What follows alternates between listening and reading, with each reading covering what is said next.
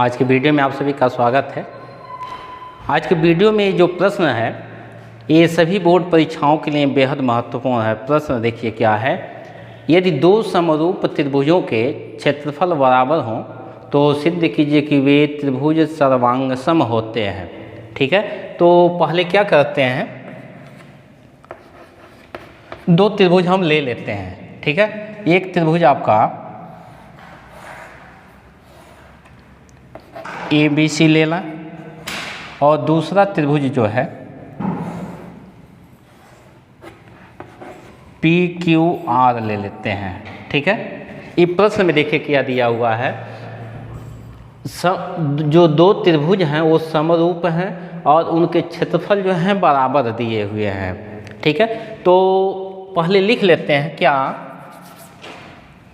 त्रिभुज ABC एवं त्रिभुज PQR में एक क्या संबंध दे दिया हुआ है कि दोनों समरूप हैं और उनके क्षेत्रफल जो है आपस में बराबर हैं। तो यहाँ लिख लें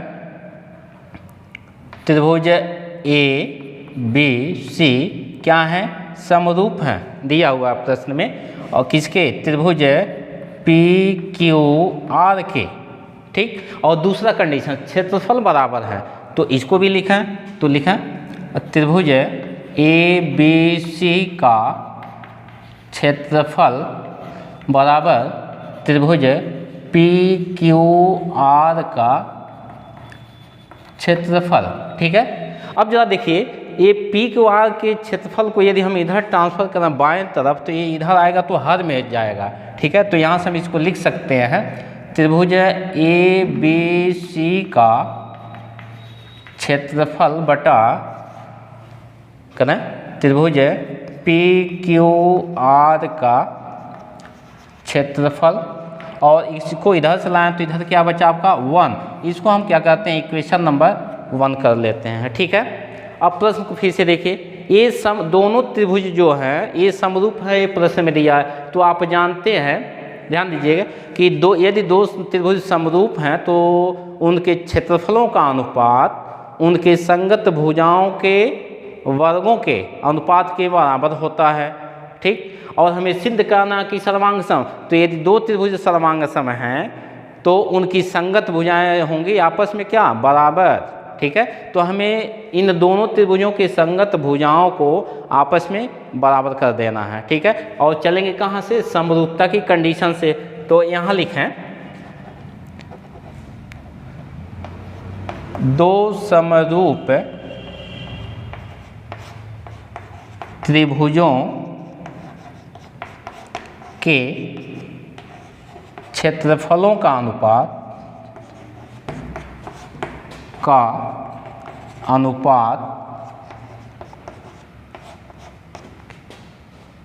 उनकी संगत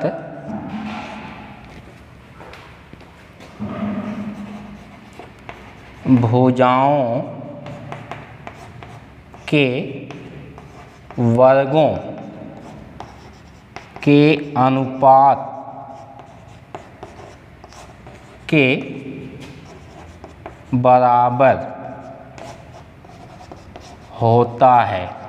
ठीक है, और हमने दो त्रिभुज ABC और PQR लिए हैं, तो यहाँ से यदि हम लिखते हैं तो देखिए क्षेत्रफलों का जो अनुपात होगा, तो ये जो त्रिभुज लिए इसी को लेते हैं, तो त्रिभुज ABC का क्षेत्रफल बटा त्रिभुज PQR का क्षेत्रफल क्या होगा, बराबर होगा किसके, देखिए उनकी संगत भुजाओं के वर्गों के अनुपात के।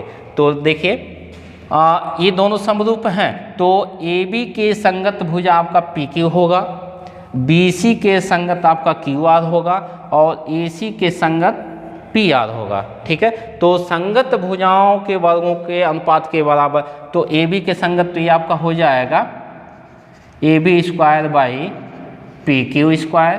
ठीक है, AB के संगत आपका PQ है इक्वल टू बी सी के संगत क्यू आर, तो ये आपका हो जाएगा B C square by Q R square equal to A C के संगत आपका पी आर है, तो ये आपका हो जाएगा A C square by P R square. ठीक है, अब देखिए हम इक्वेशन 1 में त्रिभुज ए बी सी का क्षेत्रफल बटा त्रिभुज पी क्यू आर का क्षेत्रफल इक्वल टू 1 किया है, और समरूपता की कंडीशन से ये देख लीजिए, ये तो दिया था, अभी हम समरूपता की कंडीशन से हमने ये लिख लिए कि त्रिभुज ए बी सी का क्षेत्रफल बटा पी क्यू आर का क्षेत्रफल जो है संगत भुजाओं के वर्गों के अनुपात के बराबर होता है। तो यह जो वैल्यू हमारा आया हुआ है इनके संगत भुजाओं के फॉर्म में, तो यही वैल्यू, ये पूरा वैल्यू उठा करके हम यहाँ रख लेते हैं। ठीक है, तो लिखा है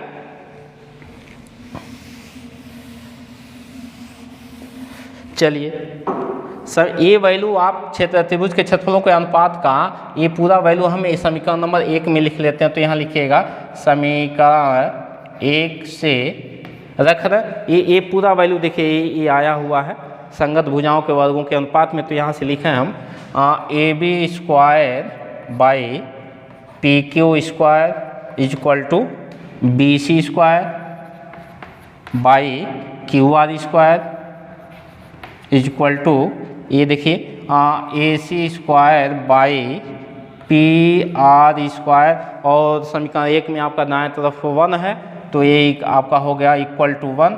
ठीक है, यह पूरा पोर्शन जो है आपका ये वैल्यू था, और इसका वैल्यू हमने यहाँ से उठा करके रख लिए। अब एक एक करके इसे हम हल करें। देखिए ये देखिए, ये जो तीनों संगत भुजाओं के वर्गों का अनुपात जो है ये बराबर 1 है, तो हम एक एक करके देखिए, पहले हम इस वैल्यू को हम 1 के बराबर कर लेते हैं, फिर इसी तरीके से यह जो वैल्यू होगा यह भी इसके बराबर होगा, फिर यह जो वैल्यू आपका दिखाई दे रहा है यह भी 1 के बराबर होगा। तो एक एक करके हम ये ले लेते हैं। तो पहले हम इसको लेते हैं, चलिए A B square by P Q square equal to 1। ठीक है, इसको इसमें मल्टीप्लाई कर दीजिए 1 में।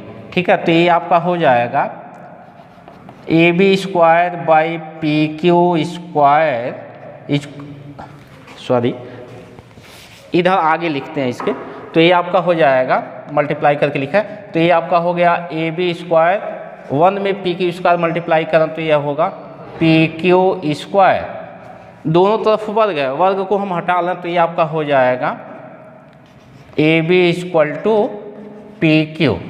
ठीक है, तो एक देखिए ये जो दोनों त्रिभुज दिए गए हैं, दोनों त्रिभुजों की ए बी के संगत पी क्यू जो भुजा है आपस में एक दूसरे के बराबर आ गए। इसी तरीके से दूसरे वाले वैल्यू को ना B C square by Q R square equal to 1 करें तो ये आपका हो जाएगा B C square by Q R square equal to 1। ठीक है, यहाँ से इस देखिए क्यू आर स्क्वायर को 1 में मल्टीप्लाई कर रहे हैं यदि, तो ये आपका हो जाएगा B C square equal to Q R square, इसको हमने इसमें मल्टीप्लाई कर दिए तो ये हो गया। अभी फिर दोनों तरफ से वर्ग को स्क्वायर को हटा दें तो ये आपका हो जाएगा B C is equal to Q R. ऐसा करें इक्वेशन नंबर 1 इसको आप इक्वेशन नंबर 2 कर लीजिए, इसको इक्वेशन नंबर आप 3 कर लीजिए। ठीक है, इसी तरीके से ये देखिए A C square by P R square equal to 1 ले लें तो ये आपका हो जाएगा, यहाँ पे लिखते हैं A C square by P R square equal to 1। अब इस पी आर स्क्वायर को 1 में मल्टीप्लाई कर दें तो ये आपका हो जाएगा A C square by P R square sorry multiply करें तो ये आपका हो जाएगा पी आर स्क्वायर, फिर जो है दोनों तरफ से स्क्वायर को हटा दें तो ये आपका हो जाएगा A C equal to P R, तो ये आपका हो गया इक्वेशन नंबर 4। ठीक है, अब देख लीजिए समीकरण 2, 3, 4 को ध्यान से देखें। देखिए ए बी त्रिभुज ए बी सी की भुजा है, बी सी त्रिभुज ए बी सी की भुजा, ए सी जो है त्रिभुज ए बी सी की भुजा, ऐसे ही पी क्यू आर और पी आर त्रिभुज पी क्यू आर की भुजाएँ हैं। ठीक है। अब देख लीजिए ए बी जो है पी क्यू के बराबर, अर्थात ये देखिए ए बी जो है पी क्यू के संगत भुजा है और ये दोनों भुजाएं आपस में बराबर हो गई। इसी तरीके से समीकरण 3 को देखें, बी सी जो है क्यू आर के बराबर है, बी सी जो है क्यू आर के संगत है, तो ये दोनों संगत भुजाएं आपस में बराबर हो गई। यह जो है इसके बराबर, ठीक, बी सी जो है क्यू आर के बराबर हो गई। अब इक्वेशन नंबर 4 को देखें, ए सी पी आर के बराबर है। ये देखिए ए सी जो है पी आर के संगत है और यहाँ से समीकरण से दोनों आपस में बराबर हो गए, यह इसके बराबर हो गया। ठीक, तो आप जानते हैं कि यदि किसी दो त्रिभुज दिए गए हैं और दोनों त्रिभुजों की संगत भुजाएं आपस में बराबर होती हैं तो दोनों त्रिभुज क्या होते हैं, सर्वांगसम होते हैं। तो अब हम यहाँ से लिख सकते हैं समीकरण 2, 3 एवं 4 से क्या दिखाई दे, देखिए दोनों त्रिभुजों की संगत भुजाएं आपस में बराबर हो गए, तो ये त्रिभुज क्या होगा, सर्वांगसम होगा। तो लिखेंगे समीकरण 2, 3 एवं 4 से त्रिभुज ए बी सी सर्वांगसम हो गया त्रिभुज पी क्यू आर के। थोड़ा इसको लेवल में लिख लें, त्रिभुज ए बी सी, ठीक है।